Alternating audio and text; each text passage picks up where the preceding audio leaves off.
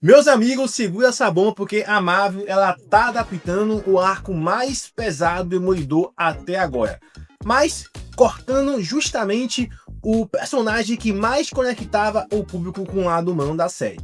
Porque temos o Frog Nelson, que ele tá fora da segunda temporada, né, tá confirmado, e o jeito como isso foi anunciado, cara, sinceramente, parece que eles estão jogando os melhores coadjuvantes no lixo. Mas tem uma coisa aí que ninguém tá falando e que pode mudar completamente o que a Marvel tá planejando para o Demolidor daqui para frente e para essas séries um pouco mais pesadas, um pouco mais darks, que são os personagens caracterizados como o Demolidor, Justiceiro e entre outros aí. Mano, vamos lá. Quando eu vi essa confirmação, eu até achei que tinha alguma coisa estranha, né? Porque temos o Elden Helson, que faz o Frog Nelson, né? Ele falou o seguinte, com todas as letras, tá? Que ele não vai aparecer na segunda temporada. E é isso mesmo. Então, não tem mistério. Sem enrolação, o Frog, ele não aparece, ele tá fora. E agora você pensa comigo, o cara tá desde a primeira temporada lá na Netflix, 2015, né? Ajudou a construir a base emocional do Matt Murdock. E agora, na primeira reboot, ele já acabou sendo descartado. Para quem não lembra, o Frog ele apareceu em Demolidor, né? Border Green, na Disney+, aí na primeira temporada. Aí só para morrer nas mãos do Bruce Wayne. Cara, com uma participação muito curta, mas com um impacto até legal, enorme para o Matt, né? E agora tá confirmado que ele não vai voltar, não vai ter flashback, não vai ter nada dele. E aí eu te pergunto, tá? Isso foi uma escolha de fato criativa real ou só mais um jeito preguiçoso da Marvel de recomeçar sem se preocupar com o que o público de fato mais gosta? Porque para muita gente tirar o Frog é basicamente apagar a metade da alma do Demolidor. Mas calma, porque assim, eu vou explicar um detalhe que muda muita coisa e pode explicar o que de fato a Marvel está planejando agora para o Demolidor. Pessoal, o Frog ele foi cortado, mas isso faz parte de algo muito maior. Porque, pensa comigo, o Frog ele tirar da história de uma vez por todas, sem nada que vai aparecer dele, na minha opinião, ele não saiu numa cena qualquer, tá? Ele não saiu, no caso. Ele foi morto pelo Bruce Wayne. E não foi qualquer morte, foi uma execução brutal que mexe diretamente com o emocional do Matt. A Marvel, ela não dá ponto sem nó. Eles usaram a morte do Frog como ponto de virada para toda a tema da série. E aí vem a pergunta, será que isso faz parte de algum plano muito maior? Nos bastidores, muita gente acredita que a Marvel está adaptando livremente o arco Diabo da Guarda. Cara, que é uma das fases mais pesadas do Demolidor nos quadrinhos. Eu acho difícil ela adaptar isso, mas... Bom, nesse arco aí, o Matt, ele perde tudo, amigos, carreira, sanidade. E aí fica a pergunta, se a morte do Frog, ela for só o primeiro passo desse espiral aí, a entrada, tá, do Bowser, no caso, como vilão ativo, logo de cara, já mostra que o tom é mais pesado mesmo. Então, na minha opinião, não é mais um tipo de ameaça heróica, é um cara que é assassino. Se isso for verdade, a série pode se tornar a adaptação mais sombria do Demolidor até hoje. E talvez por isso que a Marvel esteja limpando o caminho. Sem um Frog, sem a Karen, sem aquele clima de série Netflix. Só o Matt, a cidade e o peso da culpa. E agora segura isso aqui, porque no próximo bloco aqui eu vou falar uma coisa que muda totalmente. O Rei do Crime, o Demolidor, cara a cara. Mano, vai ser muito legal. A Marvel, ela tá indo de fato para o Diabos da Guarda, cara. O que tá acontecendo com o Demolidor agora não é só um reboot. Parece que de fato a Marvel, ela decidiu puxar para um lado mais pesado, mais psicológico. E isso bate direto com o arco Guarda de Demoníaco, né, no caso, Diabo da Guarda. Como realmente saiu. Cara, essa fase nos quadrinhos, escrita pelo Kevin Smith, e é conhecida por ser uma das mais dramáticas da história do Matt Murdock. Cara, porque ele perde tudo, ele perde os amigos, ele perde a confiança, ele perde a fé e quase perde a cabeça também, tá? No quadrinho tem um elemento muito forte de paranoia e manipulação.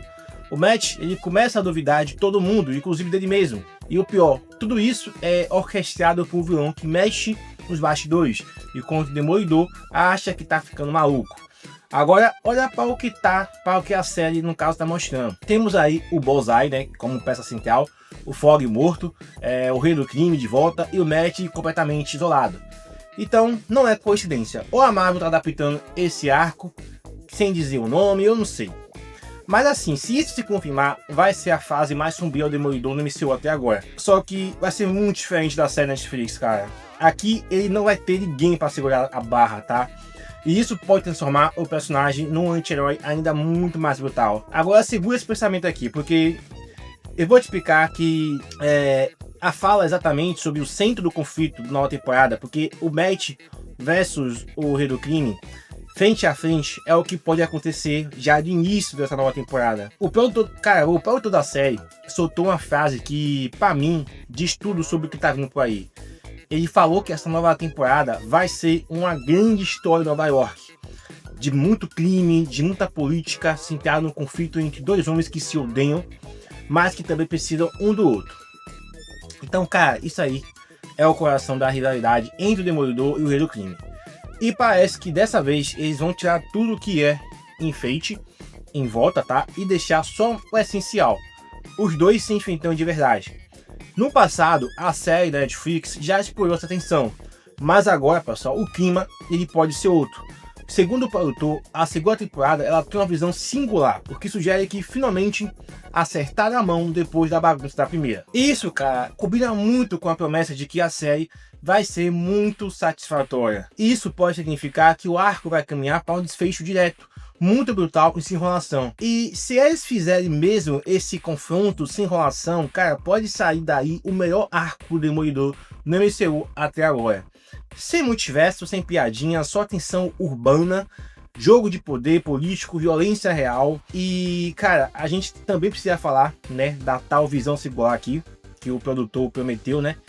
E porque isso pode ser um sinal de virada pro futuro da série. Pessoal, assim, ó, teve uma fala do produtor da série, né, que me pegou, porque ele disse que a segunda temporada, tá, de Demolidor tem uma visão singular.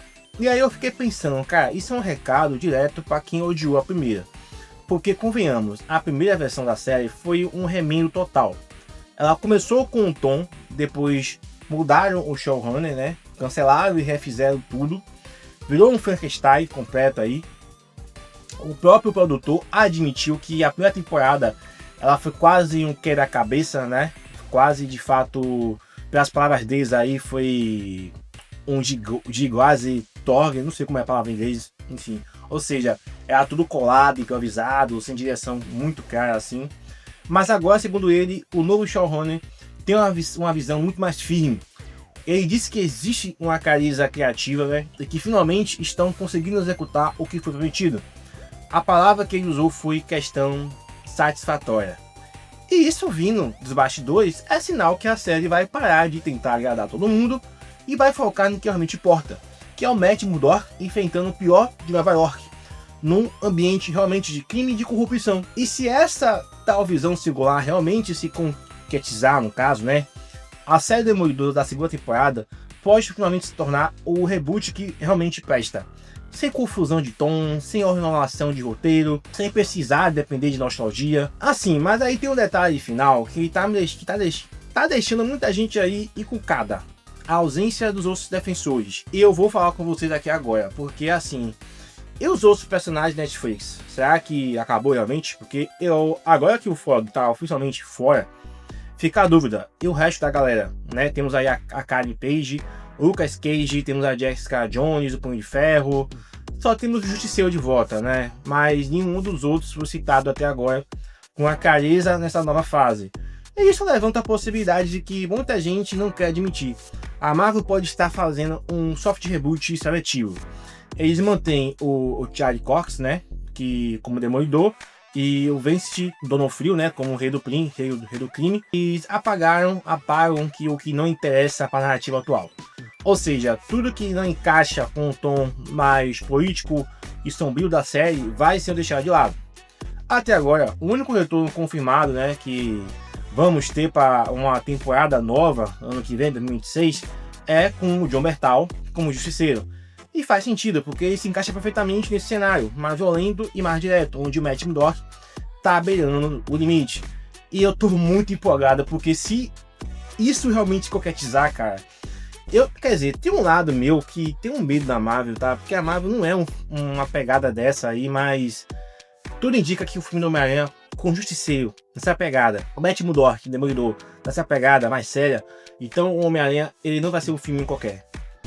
Bom, no final das contas, a Marvel, ela de fato parece estar limpando o tabuleiro para contar uma história mais fechada, mais crua e talvez mais corajosa. E isso é muito legal, tá, cara? Eu tô com esperanças muito boas, porque Demolidor provavelmente vai aparecer no filme do Homem-Aranha também, tá? E o Justiceiro tá confirmado. E, cara, se o próprio produtor do Demolidor falou disso aí, da segunda temporada, cara, que vai ser uma coisa mais singular, ele tá dizendo que vai ser uma coisa mais satisfatória, mais pé no chão, não vai ter aquela pegada da Netflix, eu tenho medo da Marvel, porque de fato a Marvel, ela não tem essa, eu não acho que dá pra ligar a Marvel com esses filmes mais pesados, sabe, mais darks, que, pô, aquela matança pesada, tudo mais, que gore. Mas temos Deadpool foi um filme mais 18 e deu muito bom. Então, isso aí é um ponto positivo.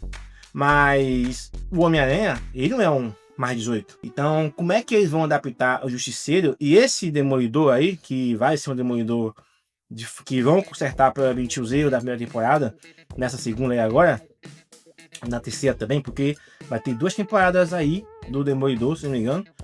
Ou é 2 ou é uma? Acho que é 2. Antes do filme do Homem-Aranha. Então vai ter Demolidor, vai ter o filme do Homem-Aranha. Ou vai ter Demolidor, vai ter o filme do Justiceiro e depois vai ter o filme do Homem-Aranha. Essa pegada. Então será que o Demolidor e o Justiceiro eles vão ter que abaixar no nível do Homem-Aranha para se encaixar no filme?